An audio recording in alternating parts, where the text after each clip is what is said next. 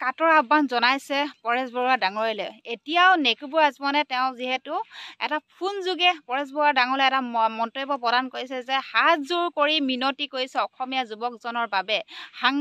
আনকি সাংবাদিকেও হাতযোৰ কৰি মিনতি কৰিছে যে এই ল'ৰাজনক এৰি দিয়ক, শাস্তি নিদিব, যে মাতৃ পিতৃ ইমান কান্দিছে, দুখ কৰিছে, আপুনি এই মাতৃ পিতৃ মুখখনলৈ চাই আপোনালোকে এৰি দিয়ক ল'ৰা, যি ভুল হ'ল বুলি তেওঁ সকলোৱে হাতযোৰ কৰি মিনতি কৰিছে বা আহ্বান কৰিছে বা অনুৰোধ কৰিছে পৰেশ বৰুৱা ডাঙৰীয়ালৈ। কিন্তু পৰেশ বৰুৱা ডাঙৰীয়াই এতিয়ালৈকে মানে কঠোৰ শাস্তি দিম বুলি কোৱাগে নাই। তেওঁ মানে গোটেইখিনি মিলা মেচা কৰি ক'ত কি হৈছিলে, তেওঁ যিহেতু মানস বৰগোহাঁই যিখিনি নাম উল্লেখ কৰিছিলে সেই নামখিনি তেওঁলোকে কাৰ নাম উল্লেখ কৰিছিলে সেইখিনি তেওঁলোকে চাবলৈ বা তেওঁলোকক সোধা পোছা কৰিব। লগতে যোনখিনি আৰক্ষী কথা কৈছিলে, যাৰ নাম কৈছিলে আৰক্ষী তাত গৈ পেলাই তেওঁলোকে চাব, CCTV ফুটেজ তেওঁলোকে চেক কৰিব। গোটেইখিনি কৰাৰ পাছত তেওঁ এটা আলোচনাত বহিব। তাৰপিছতে পৰেশ বৰুৱা ডাঙৰীয়াই ভালকৈ মন্তব্য মানে ভালকৈ আলোচনা কৰি মেলি তেওঁলোকে ৰিজাল্টটো দিব। মই ভবা মতে পৰেশ বৰুৱা ডাঙৰীয়াই ইমান ডাঙৰ এটা শাস্তি নিদিব যেন লাগিছে, আৰু ভগৱানে নকওঁ শাস্তি নিদিব।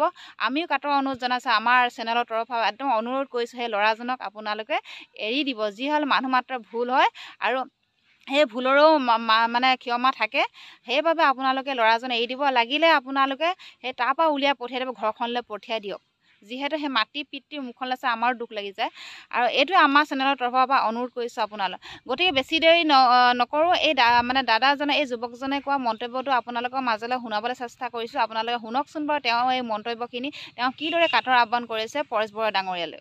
মই কম আছে, আমি নেকিবুৰ জামান আছে, তেওঁ আপোনালৈ এটা আচলতে আহ্বান জনাব। অকণমান সময় তেওঁৰ লগত কথা পাতক। এটা প্ৰশ্ন। পৰেশ বৰুৱা ডাঙৰীয়া, আমি আপোনাৰ বক্তব্যখিনি সকলো অনুভৱ কৰিব পাৰিছোঁ, আৰু বিগত প্ৰায় 40টা বছৰত আমিও খুব ওচৰৰ পৰা দেখিছোঁ কেনেধৰণে ভুৱা সংঘৰ্ষ, কেনেধৰণে চোৰাংচোৱা কৰি ল'ৰাবিলাকক ধৰি আনি হত্যা কৰিছে। এই আটাইবোৰ তথ্য পাতি সহকাৰে আমি আদালতত গোচৰো কৰিছোঁ, আৰু গোচৰত আমাৰ সপক্ষে ৰায়দানো আমি কৰাব পাৰিছিলোঁ। এতিয়া প্ৰশ্ন হৈছে যে হয়, আপোনালোকৰ বক্তব্যৰ পৰা বা সেই যুৱকজনৰ বক্তব্যৰ পৰা এটা স্পষ্ট হৈছে যে তেওঁ চোৰাংচোৱাগিৰি SBৰেই হওক বা তেওঁলোকে SPO বুলি স্পেচিয়েল পুলিচ অফিচাৰ বুলি থাকেই হওক বা চ'ৰ্চ মানি লৈ পেলাই যোৱাই হওক, কিবা এটা ইয়াৰ মাজত নিশ্চয় যুগত থাকে বুলি আমাৰ সন্দেহ কৰাৰ থল নিশ্চয় আছে। কিন্তু আমি শেহতীয়াভাৱে মই আপোনাক আহ্বান জনাম, অনুৰোধ কৰিম, যিজন যুৱকক ইতিমধ্যে আপোনালোকে দোষী সাব্যস্ত কৰিছে তেওঁক যাতে কোনো ধৰণৰ চৰম শাস্তি প্ৰদান নকৰি আপোনালোকে যিমানখিনিলৈকে পাৰে কনচিডাৰ কৰি ভৱিষ্যতৰ দিনত এনে শক্তিবিলাকে যাতে প্ৰৱেশ কৰিব নোৱাৰে আপোনালোকৰ মাজত, আৰু কোনো ধৰণৰ বিভেদকাৰী শক্তিয়ে যাতে এনেধৰণৰ পৰিস্থিতিৰ সৃষ্টি কৰিব নোৱাৰে তাৰ প্ৰতি চোকা দৃষ্টি ৰাখিব, আৰু এনেধৰণৰ ৱাৰ্ণ কৰা হওক যাতে ভৱিষ্যতে এনেধৰণৰ কাম নকৰক। গতিকে তেওঁ জীৱনটো যিহেতু ঘৰৰ পৰা ভিক্ষা বিচাৰিছে, অসমৰ ৰাইজে বিচাৰিছে তেওঁৰ মৃত্যুৰ পৰা ঘূৰাই আনিবলৈ, গতিকে আপোনালোকৰ যদি তেনেকুৱা এটা সিদ্ধান্ত হয়, সিদ্ধান্তটো অন্ততঃ আপুনি হস্তক্ষেপ কৰি হ'লেও সিদ্ধান্তটোৰ ক্ষেত্ৰত কিছু কনচিডাৰ কৰিব বুলি আশা ৰাখিছোঁ। ধন্যবাদ, আপুনি সুন্দৰভাৱে উত্থাপন কৰিছে। আমি একচুৱেলি মানুহে সংযুক্ত মুক্তি বাহিনী, অসম স্বাধীন আগতে আছিলে, অসম আছিলে মানুহ, আমিতো হিংসুক নহয়তো, আমি নৰসাধক নহয়তো। আমি কেতিয়া আমিও মানৱতা কি বুজি পাওঁ, ভাল ধৰণে বুজি পাম। আৰু কিছুমান বিষয় আছে, আমি ধৰক এতিয়া এমাহৰ 2 মাহৰ 1.5 মাহৰ আগতে যিটো AZ অসম আৰু জোনমণি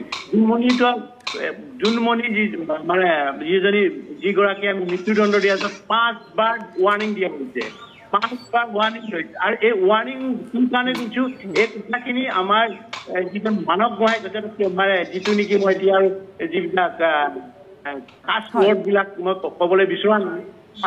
পৰেশ বৰুৱা ডাঙৰীয়া, আমি যিহেতু শেষ কৰিব লাগিব, শেষত মই আপোনাক এটা প্ৰশ্ন সুধিব বিচাৰিছোঁ।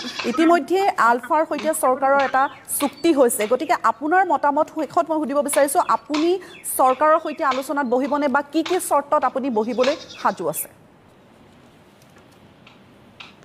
এতিয়া আমি কি চৰ্তত বহিবলৈ সাজু আছো পিছৰ কথা। গভট অফ ইণ্ডিয়া আলোচনাৰ কাৰণে সাজু আছেনে নাই এইটোৱে আচল কথাটো। সিহঁতে প্ৰকৃত আলোচনা কৰিবৰ কাৰণে সাজু আছেনে নাই, সঁচাকৈ সিহঁতি আন্তৰিক হয় না নহয়, এই কথাটো আমাৰ প্ৰথম। হয়, নিশ্চয়। বাদ বাকী পিছত আমি যাম, আমি কৈছোঁ কেনেকুৱা পৰিস্থিতি আমি যাম, আমি কৈছোঁ। হয়, বহুত বহুত ধন্যবাদ থাকিল পৰেশ বৰুৱা ডাঙৰীয়া, আপুনি আমাক এই সময়খিনি পোনপটীয়া সম্প্ৰচাৰত আপুনি আমাৰ মোৰ অনুষ্ঠানত সংযুক্ত